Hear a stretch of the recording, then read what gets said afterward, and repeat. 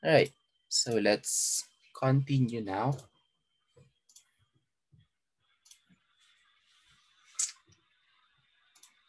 All right, so dito tayo nag-stop kanina. So the next one is exercise number 4. So write codes that compute the squares and cubes of the integers from 1 to 10. Okay? With the following outputs. Note, use listbox. So itong kabuuan na to is the listbox or this one rather. Okay? So, and then property items. So sa items natin ilalagay yung string number, string square, and then cube.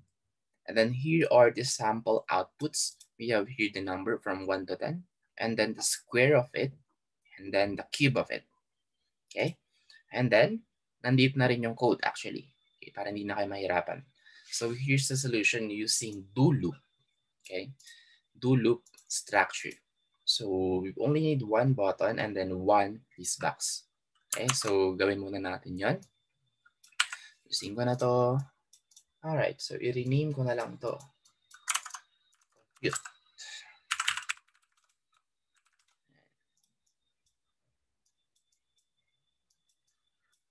And then a list box.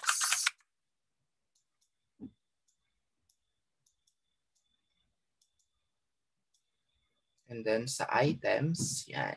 Ito, sa properties ng list box, sa items, click nyo lang yung triple dot doon. And then, type nyo lang manually number, square, and then cube. Okay, nag-tab-tab lang ako para ganyan yung spaces. Ayan. And then, ang program natin is ito. Teka lang, talakayan natin ng konti ito para mas readable siya. Make it 15 maybe. Ayan, yun siya kalaki. Okay, and then double-click this button. Alright. So, ang ginawa niya is nag-declare siya ng tatlong variable. Okay. Number as integer wherein nag-set na siya ng initial value which is 1. And then we have the SQ and then Q for the square and then cube root. Okay, and then gumamit siya ng do loop until. Okay, so kapag loop until, nandito yung condition natin, number 11. So mapapansin niyo ang initial value natin is 1 hanggang 10. Okay, so kaya naman, yung initial value natin is 1 hanggang 11. So again, kapag until this one is false, so mag-execute siya, diretso lang. So hanggang 10, true pa rin siya. I mean, false pa rin siya. Okay? Pero kapag na-reach niya na yung 11, which is already true, so saka lang siya mag-i-stop. Alright. So ang gagawin ko is kokopahin ko na lang itong nasa loob para mas mabilis.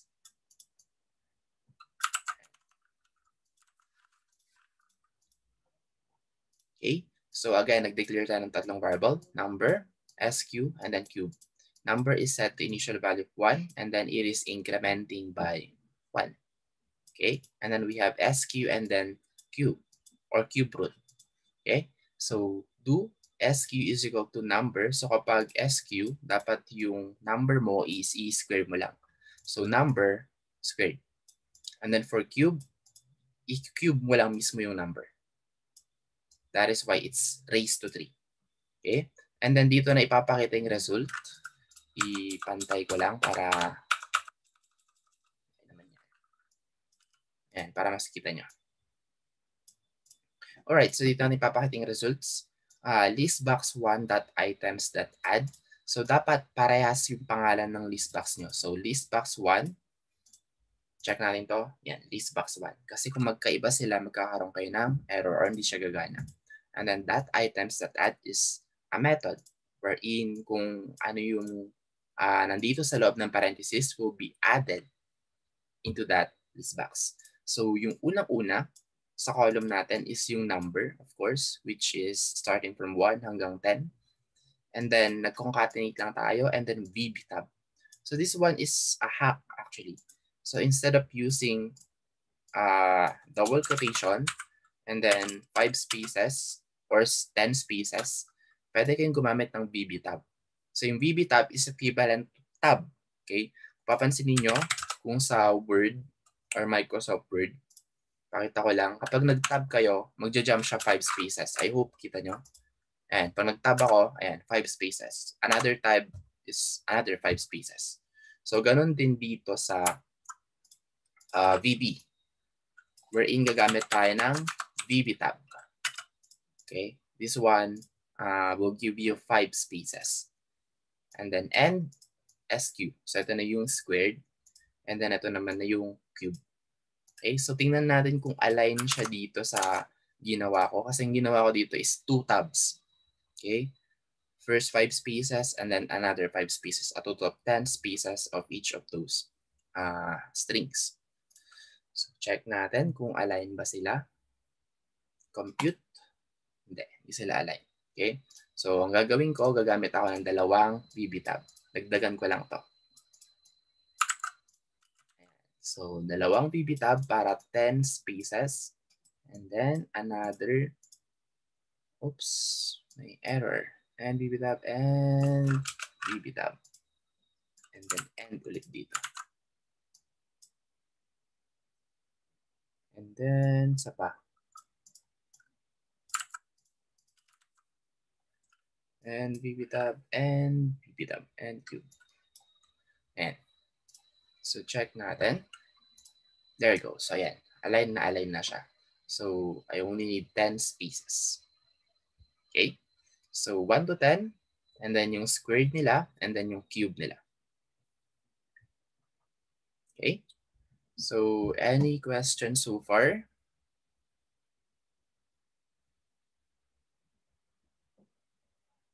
Question guys?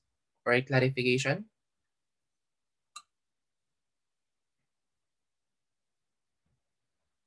Natulog na yata ulit itong mga to ah. Wala po, sir. Alright. So, moving on para makarami tayo. So, ito naman yung solution gamit yung do loop until, which is yung ginawa natin kanina. And then we have another solution for while condition. Okay? So, same lang sila ng output, just a different syntax or different format. Okay? So, next one is, again, hindi ko na ito papagawa sa inyo. Ako na mismo gagawa or tayo na mismo gagawa. So, write codes that print the degrees Celsius from 5 to 45. So, ang gagamitin nating step is 5. So, incrementing siya by 5 with their equivalent degrees Fahrenheit as follows. So, same pa rin, gagamit pa rin tayo ng list box. So, palitan ko lang to into Celsius and then Fahrenheit. So, hindi ko na kailangan yung cube. Go to items. Galing ko lang to. There you go. And then, edit ko lang ulit. Celsius. And then, Fahrenheit. Ayan. So, same pa rin. Ito pa rin yung button na ipoprogram natin. Okay. So, ang gagawin natin is kailangan natin ng formula from Celsius to Fahrenheit. Ngayon, hindi ko kabisado yon. So, that is why magsa-search tayo. Celsius to Fahrenheit formula. Okay, so check natin to. So, ito yung formula. So, yung temperature in Fahrenheit to Celsius. And then, ano bang sabi yun? Celsius to Fahrenheit tayo eh. Saan yung Celsius to Fahrenheit?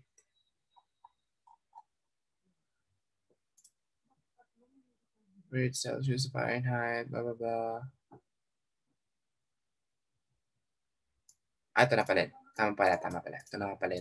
So, ang kailangan natin is yung Fahrenheit and then given na yung Celsius. So, that one is Celsius times 9 divided by 5 plus 32. So, gawin natin. So, ang kailangan natin is tatlong variable. Yeah.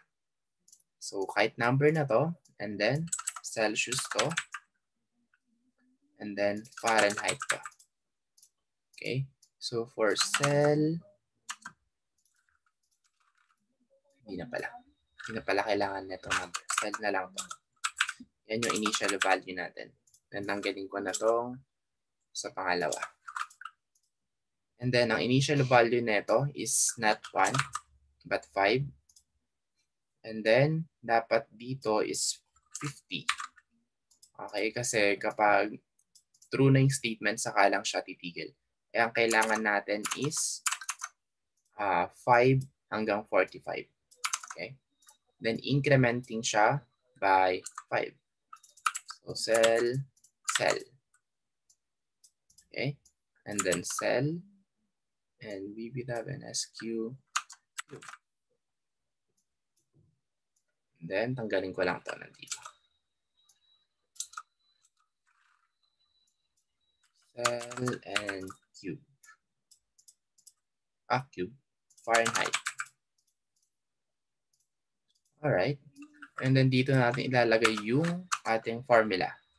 So Fahrenheit is equal to cell, which is yung 5 degrees initially, plus ba or times.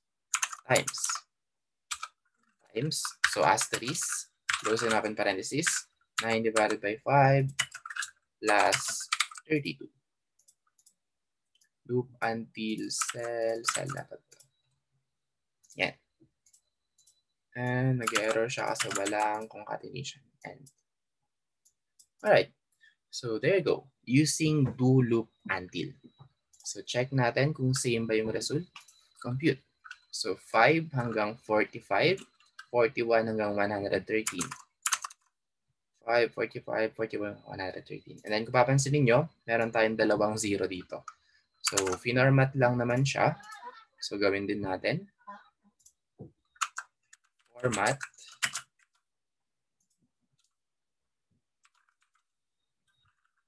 Comma. 0. Or dito na lang mismo. Try natin dito kung working ba siya.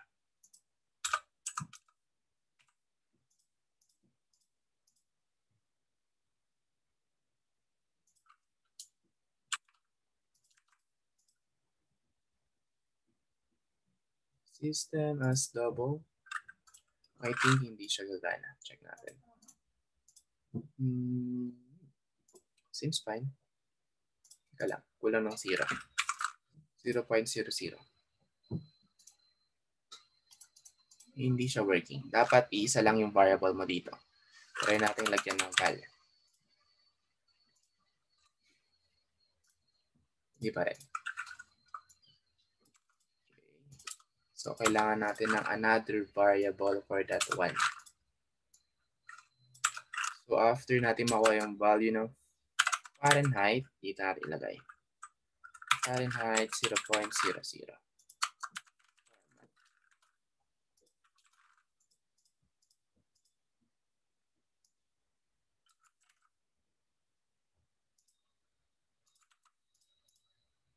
Alright, so check natin. Hindi pa rin. 9 over 5 plus 32.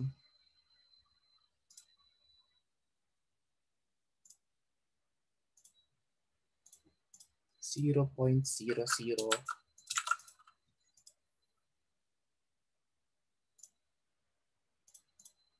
Mali yata yung formatting ko. Dapat pa nasa labas. Check natin.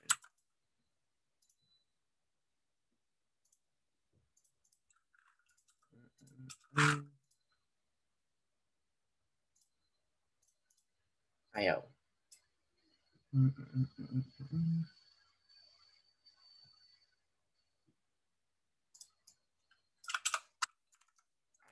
Anyway, I think mali lang yung input ko ng kung saan mo siya i-format. Pero gagamit kayo ng format dito para mapakita yung 2 decimals, which is 0.00. Okay? So, hindi ko lang bakit di siya working dito sa loob or sa labas. I think I'm missing something. Anyway, minor lang naman siya. So, acceptable na rin naman na kahit walang 0.00. Okay?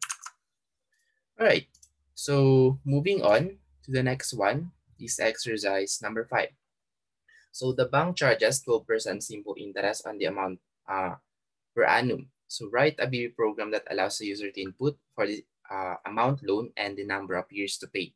So compute and display the lump sum amount for each year. Okay, so we already have here the formula for the parang total amount. Okay, which is ito yung amount per year. And then amount, lump sum amount. P is principal amount, and then R is interest rate, and then T is number of years. So meron na tayong input for amount to loan, which is the principal amount, and then yung interest natin, which is by default, or yung standard na talaga nito or constant value is 12%. Okay, and then number of years, so kayo din mag-i-input dito. So we have two inputs, and then we have here the outputs. Okay? So, meron na tong solution dito. Explain ko lang bago natin gawin sa Visual Studio. So, ang ginawa niya is nag-declare siya ng 1, 2, 3 variables. So, amount and P is declared as single and then T as integer.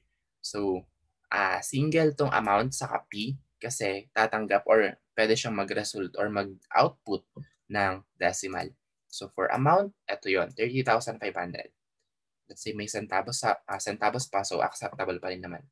And then, ito naman sa, P pala to, sorry, P, principal amount.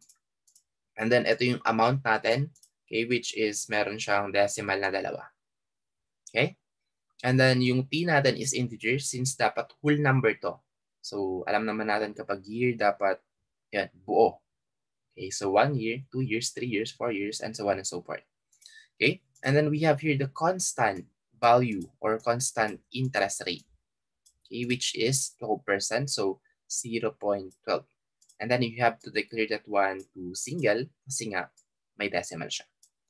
And then sa natin kukunin yung value ng P natin, yun na nga sabi ko, yun yung text box 1 natin. And then for the number of years to pay, so nandito din yun. Nasaan na yun? Ang ating T.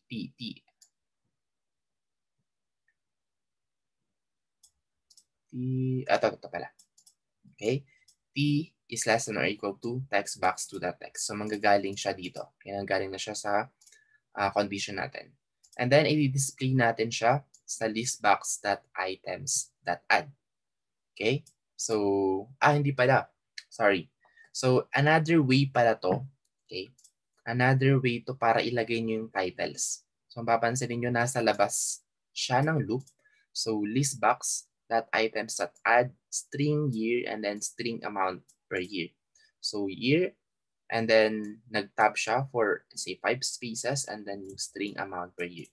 Though, pwede nyo namang i-manual like yung ginawa natin kanina. Ito, gamit yung items.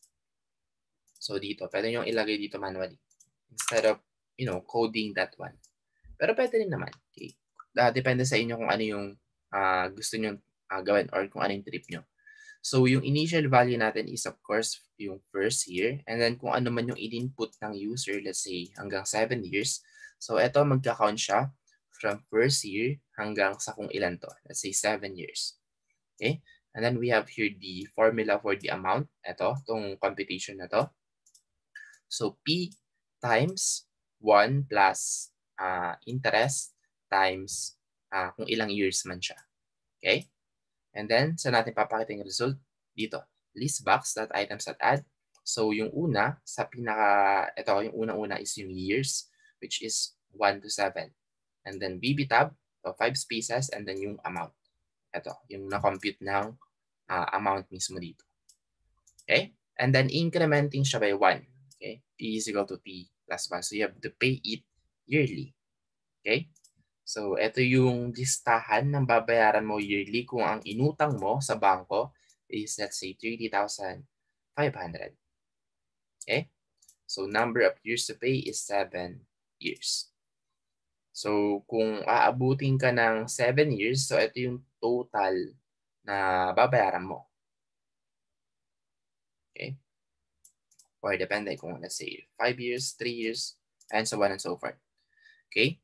So, kailangan na natin ng button, which is ito na nga. And then, tanggalin ko na yung laman neto kasi meron na dun yung titles natin. Oops, bakit cancel? So, burahin ko lang to. And then, i-copy ko tong part na to sa loob. Okay, so check natin kung may error para ma-check na natin kaagad. Text box 1.text. So, kulang tayo ng dalawang text box.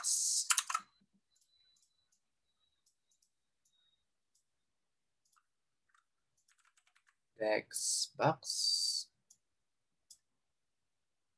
So, change ko lang yung format or yung size rather.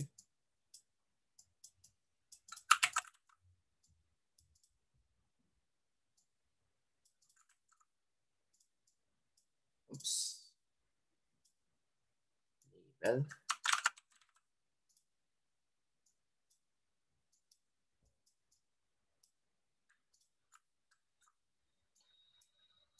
And then 25.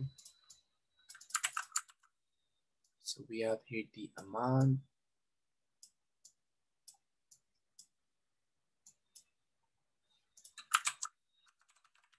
Amount to loan. And then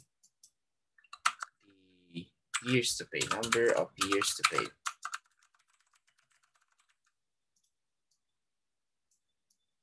And then the computation button.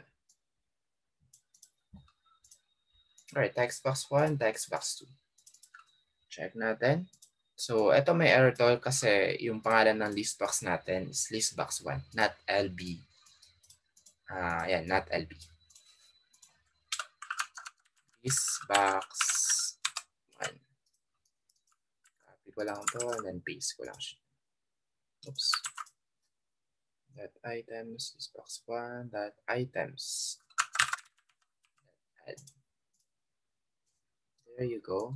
Tanggalin ko lang to kasi accidentally napindot ko siya kanina.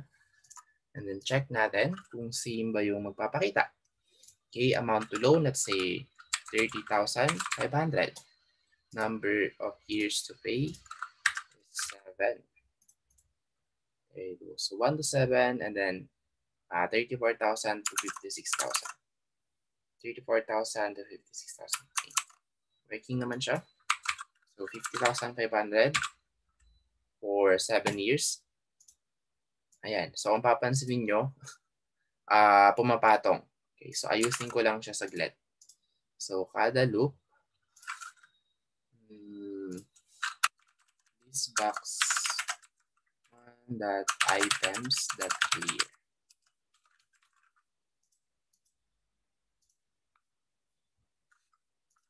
$30,000. And then 5 years. Oops. Nakiklear na kaagad. So, saan ko siya dapat ilagay? Check natin dito.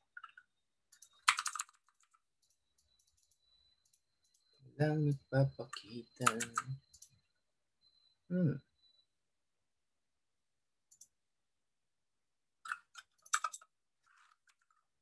P plus 1. Ini-clear niya na kaagad eh.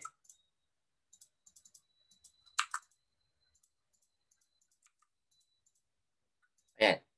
So, dapat sa taas, 30,500. And then 5 years. Pero, tinanggal ko naman na yung title. So, dapat nasa taas siya. Bago niya i-clear. 30,500. And then 7. So, there you go. So, yan. Complete na siya. Para pag kahit i-click ko yung computer, diretso, i-clear niya muna bago niya i-display ulit. Okay? So, 50,500. Oops, tanggal natin yung comma. Hindi niya tatanggapin yan. Yan. So, ito naman na yung amount per year mo. And then, still 7 years to pay. 5 years, ito lang naman. Okay? So, any question or clarification so far regarding with this one?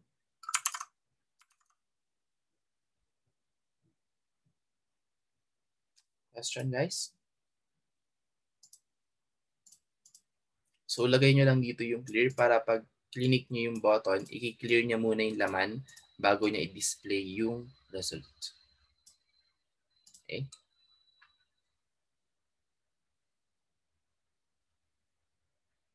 So, question guys, question?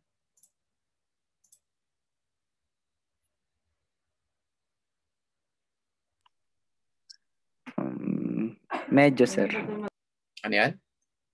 Question, sabi ko?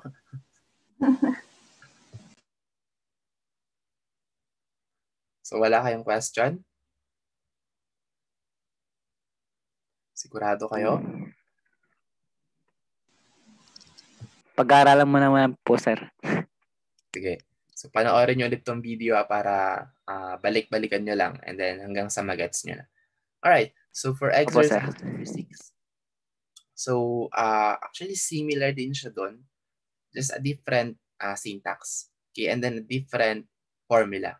Okay? So, iiwanan ko na sa inyo to. Okay? As your practice assignment. Di ba, nandito naman yung code niya. Okay? So again, ang lagi nyo lang tatandaan is from right to left yung syntax. And then itong mga list.box.items.add, so alam na alam nyo na to.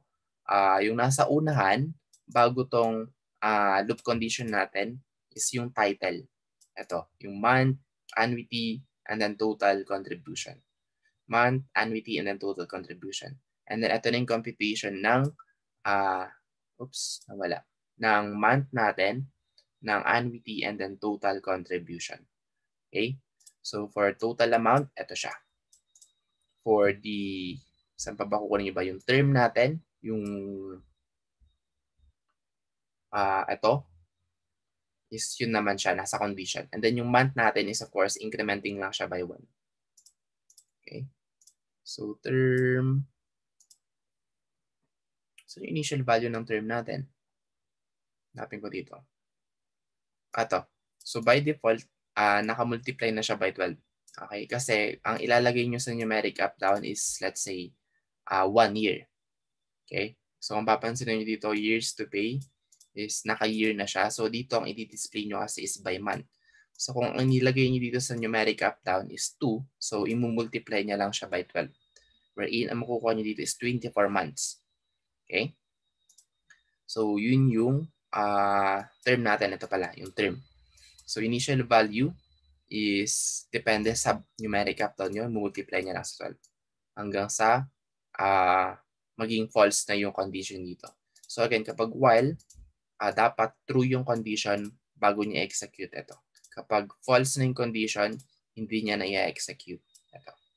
Okay? And then itong mga to, itong interest, itong amortization, so yun lang yung mga formula wherein nanggaling naman siya dito. Okay? So nandito na rin sa ito. 15% per monthly, which is ito 0.15 divided by 12. So dapat i-divide mo yung 15% na yun a total of 12 months. Okay? And then for amortization, which is ito, itong total contribution natin. Okay? Which is ito.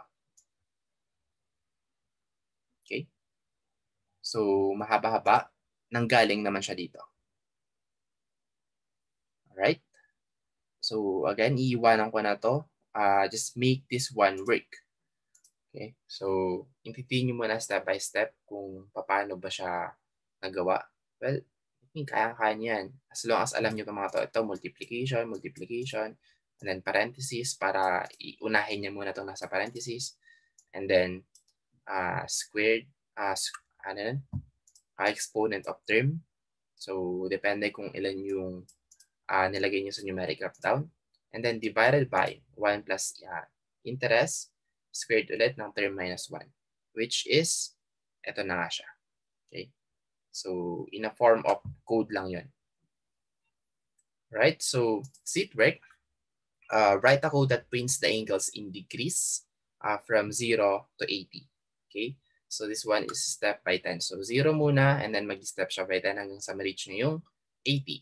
So, use and its equivalent sine, tangent, and then dalawa lang, sine saka tangent, and then use listbox. So again, kailangan lang natin ng dalawang button. Oops. Tumatakbo pa pala, kaya hindi gumagana. So, burahin ko lang lahat to and then gawin natin to. Alright. So, from 0 to 80. So, gamit tayo ng do while loop. Wala natin. Sign. Degree muna pala. Degree is equal to 0. So, initial value ng degree natin is 0. And then dim sine. And then cosine tangent. Tangent as single. Para mag-display siya ng decimal. And then, gagamit tayo ng do while loop.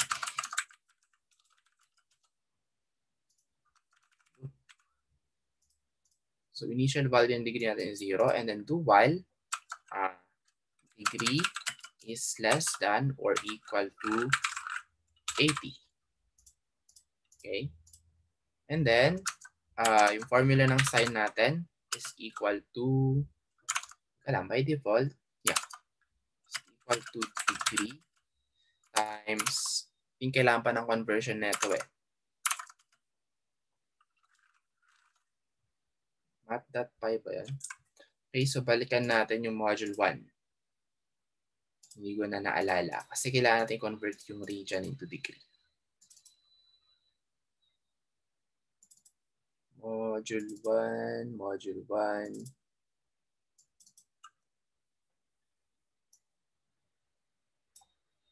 Ayan. So, angle times math.py divided by 180 pala. Math.py divided by 180. Alright. So, math.py. So, ang gamit natin is degree or angle. Degree na lang. Ano naman yan? Times math.py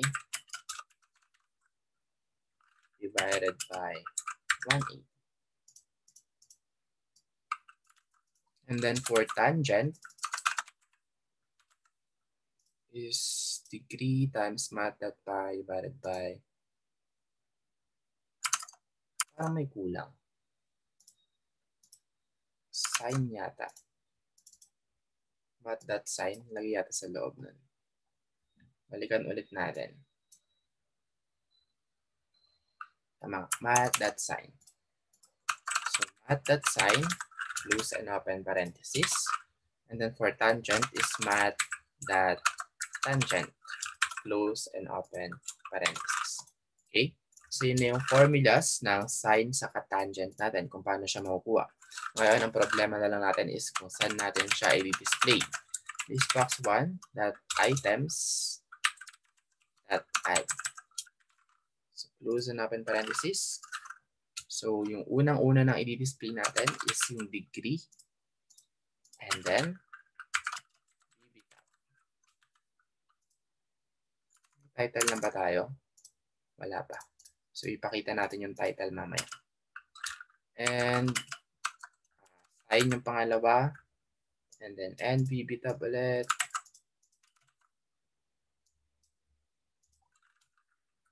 And tangent.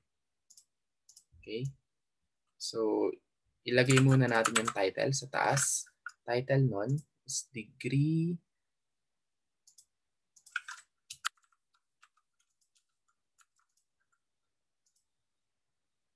and then sine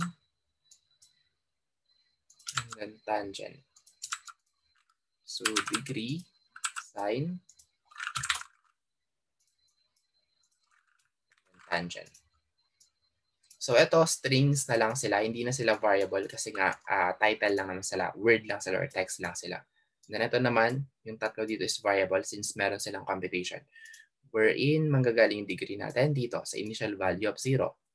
And then hanggang 80. Okay, and then incrementing yung degree natin by 10.